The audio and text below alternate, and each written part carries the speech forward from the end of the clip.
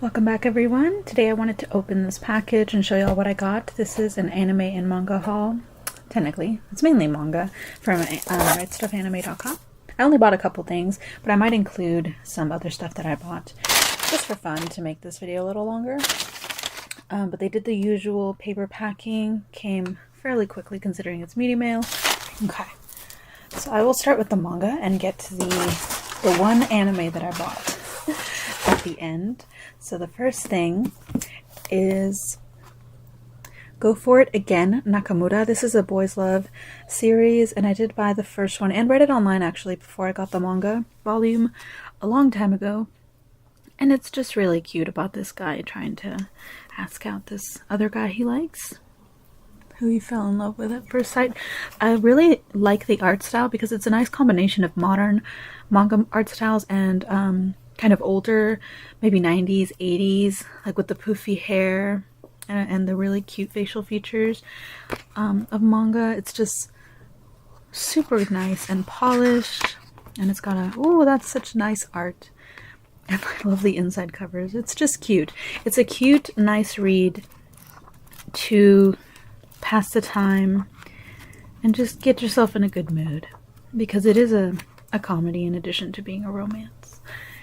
And this is published by Seven Seas Entertainment, and good quality. I've been checking my volumes now whenever I get them from Rightstuf Anime, because I did get the Book of Vanitas volume that was really messed up, and I wanted to make sure that all the volumes I got were in good condition.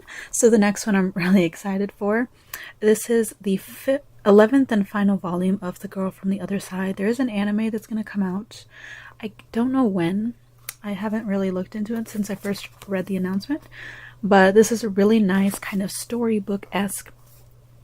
I want to say it's like a horror, but really it's just very ominous about this kind of fantasy-ish setting where a village has this forest next to it, and if you get touched by any of the creatures there, you get infected.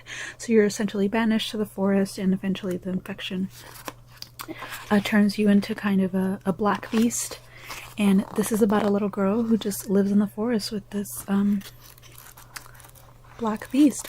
And I don't want to flip through most of it because it is the final volume and I don't want to spoil myself. I still have to read volume 10, but this completes my collection of this series and I'm so happy.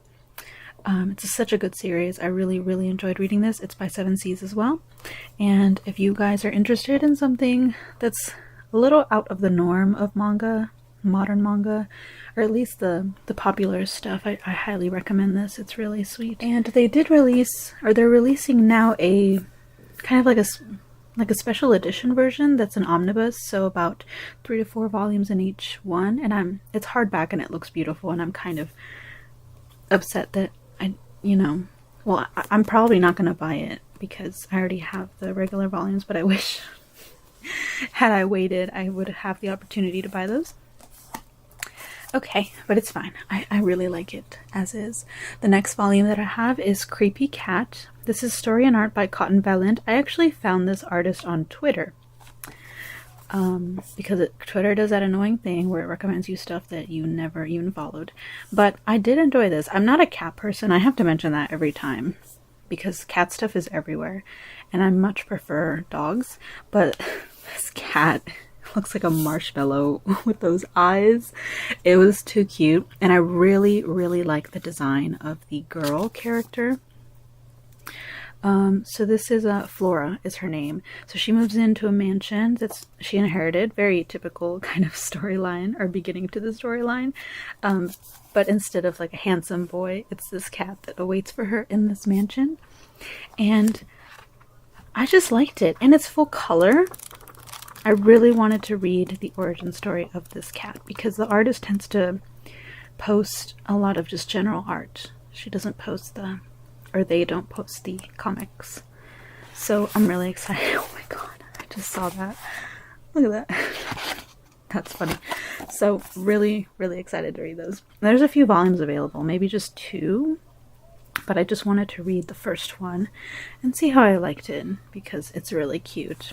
And so the front and back cover are matte with the exception of this and the type but the spine is glossy.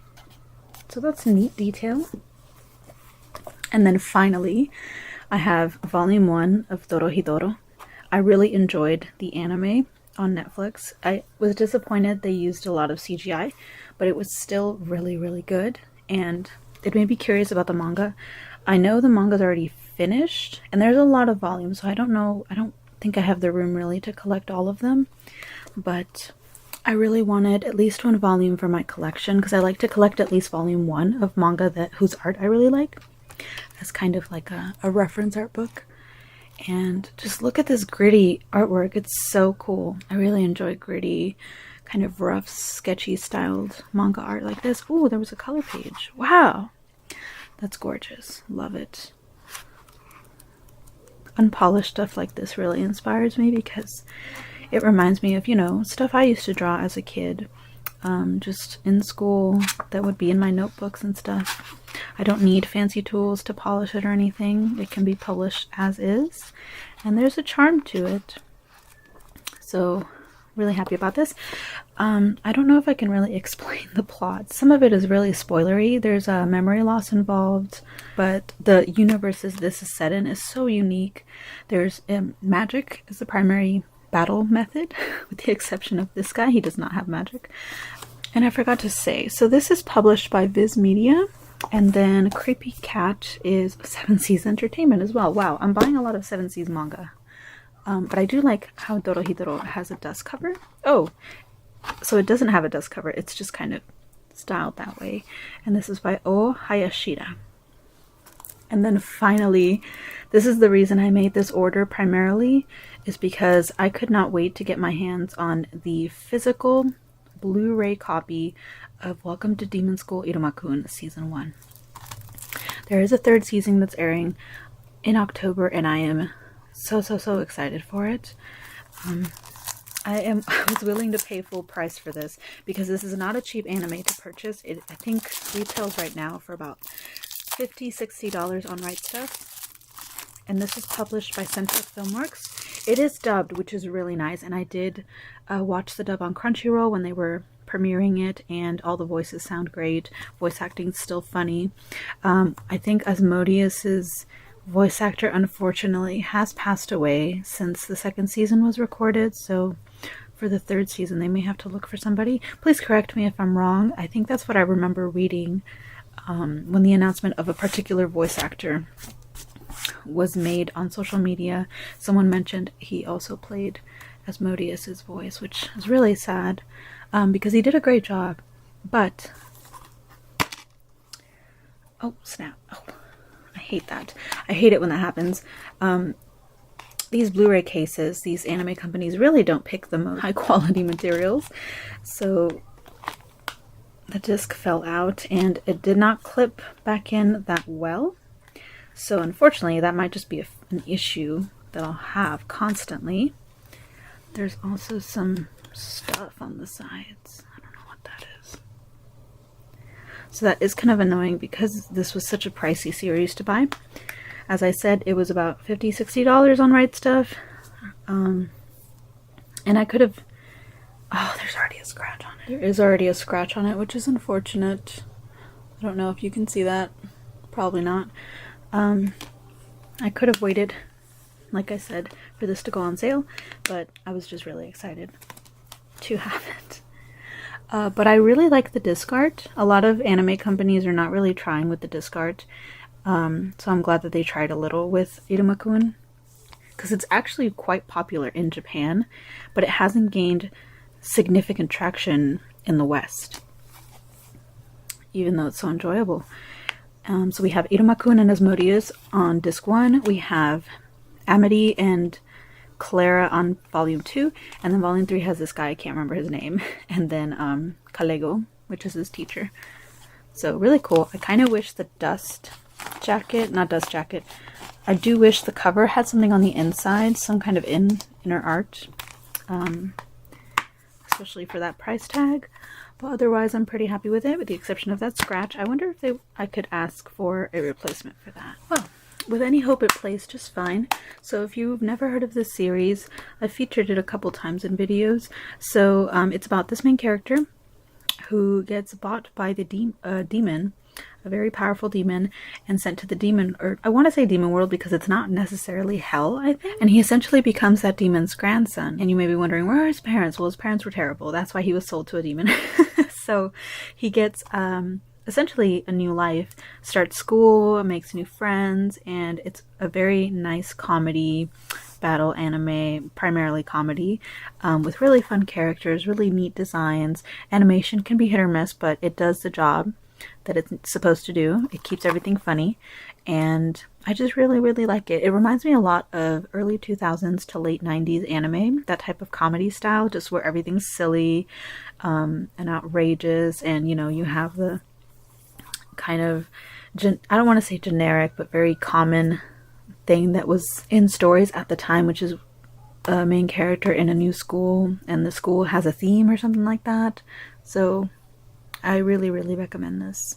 Love it. And then just for fun, I will be attending Dragon Con this year again, and I had a small little shopping trip with some friends. We wanted to go shopping for things we were going to take on the trip, necessities, toiletries, things like that. We ended up primarily shopping for things we didn't need, but it was all fun stuff. So we visited a board game shop where I bought this board game. I want to say this was a Kickstarter board game, and I call it a board game, but really it's more of like a tabletop game. It's really cute. It's made by Jordan Draper is who made this or designed it, and it's called Cactus, I'm assuming. But here's a little instructions. It's all of these little cacti, and the point of the game, I haven't played it yet, is that you are supposed to stack them up and make a really tall cactus. And it's 1 to 4 players, which is unfortunate because my friends and I really need at minimum 6-player games. But I thought this was so cute. It was about $15, which is a little pricey, but I was feeling generous that day. It takes about 30 minutes, and it just looked cute and fun, and I really wanted it, so I got it. Next, I have this card game called Check Out. I think it's a card game, or just general board game. So I just bought this because the premise was funny, and a friend actually split the cost with me. It was about $20, which wasn't that bad. But it says, at the start of the workday and you are late for work, you rush to your favorite convenience store to grab some breakfast, but unfortunately it's everyone's favorite food too. The clock is ticking and speed is of the essence. Can you grab your food and check out before others can? I just thought that was funny. And I liked the art. And it's 2 to 6 players, which is great. I was not expecting a game this tiny and this quick to be for 6 players. Here's a little instruction booklet, fairly thin, hopefully easy to learn to play. Here is the cashier. The checkout line, I'm assuming. Some little tokens of all the foods you can buy. We got a deli sandwich.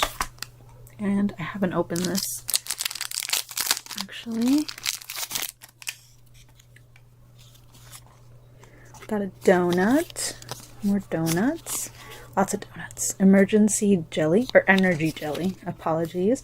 Fruit juice, nachos, Odin. Onigiri. Oolong tea, soft serve ice cream, sports drink, straight up Gatorade, that's funny, steamed bao, and yakisoba bread. So that sounds fun.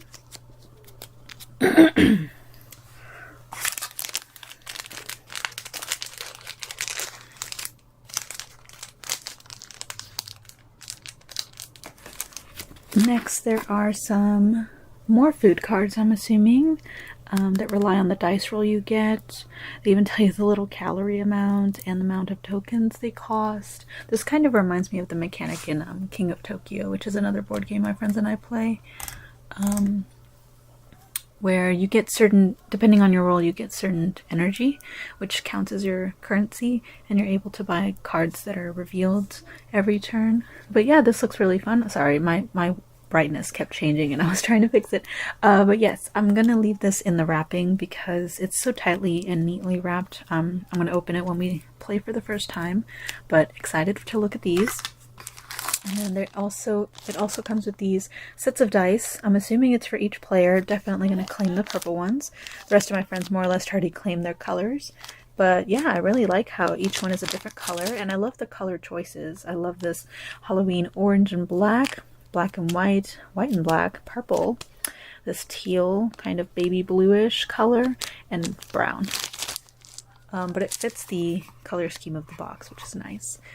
So that's neat. And then we have some, I'm assuming, currency tokens. Got $3 and $1, and they have the stars on the back. So very, very excited to play this game. I'm going to take it with me when we go to Dragon Con, and hopefully we'll have some time to play it. But again, very excited, and definitely worth the money I paid for it. And then the last thing, they obviously had some trading cards near the cash register. Most board game stores do. And I saw these that I'd never seen before. This is more or less how I ended up getting into Force of Will. I saw them in a board game store, and I really liked the artwork. The artwork in this is not as detailed as Force of Will, but I was still intrigued. I looked it up on Google to see what the cards looked like, and I went ahead and got a pack. This is called Aqua cards, and this series is Spellbound Wings, first edition. There's 10 cards per pack, and it was interesting because the box these were in had two sides, so you could pick a more angelic version of the card, and then the other side had, first of all, each pack had different art. There were different artwork for each pack. Not each one, obviously there's probably more with this particular artwork, but there were options, is what I'm trying to say. These are the cards that I ended up getting. Bottled Lightning, Soul Catcher, Damned Voyage,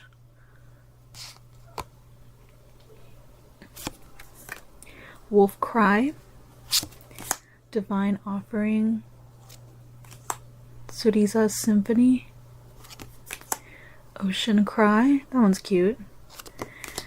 I like this one, Crossroad Deal. It's like a graveyard. Kind of hard to see the tree that's back there. It's really zoomed out, but I do like it. Darkness Within, Traveler's Trap. And here is the back of the cards, which is really plain, to be quite honest. I've been very spoiled with the Force of Will back of the cards because theirs was engraved and everything. So by comparison, I don't think these are nicer than Force of Will cards, but they're still cute. I don't think I'm probably going to buy more packs of these, but I'm glad my curiosity was quenched. And I do like this one for sure. I'm keeping this one somewhere on display. But this is everything that I got from my anime and manga, and then some little board games, and kind of anime themed, one of them. So I'm really happy with what I got. I can't wait to add these, or put these in my collection on the shelf and actually read them and play the board games as well. And I might end up just rewatching Idamakun in English because I primarily watched it in Japanese, but the episodes of English that I did see were very funny still. So I might just end up rewatching it now that I have the physical copy. As always, if you're interested in any of this stuff, I will leave links in the description on where to find them. The board games, I may have to look around, especially the card game as well. But for the manga and anime, they all were bought from Rightstuf, so I will make sure to leave links to that in the description. Thank you so much for watching, and I will see you in my next video.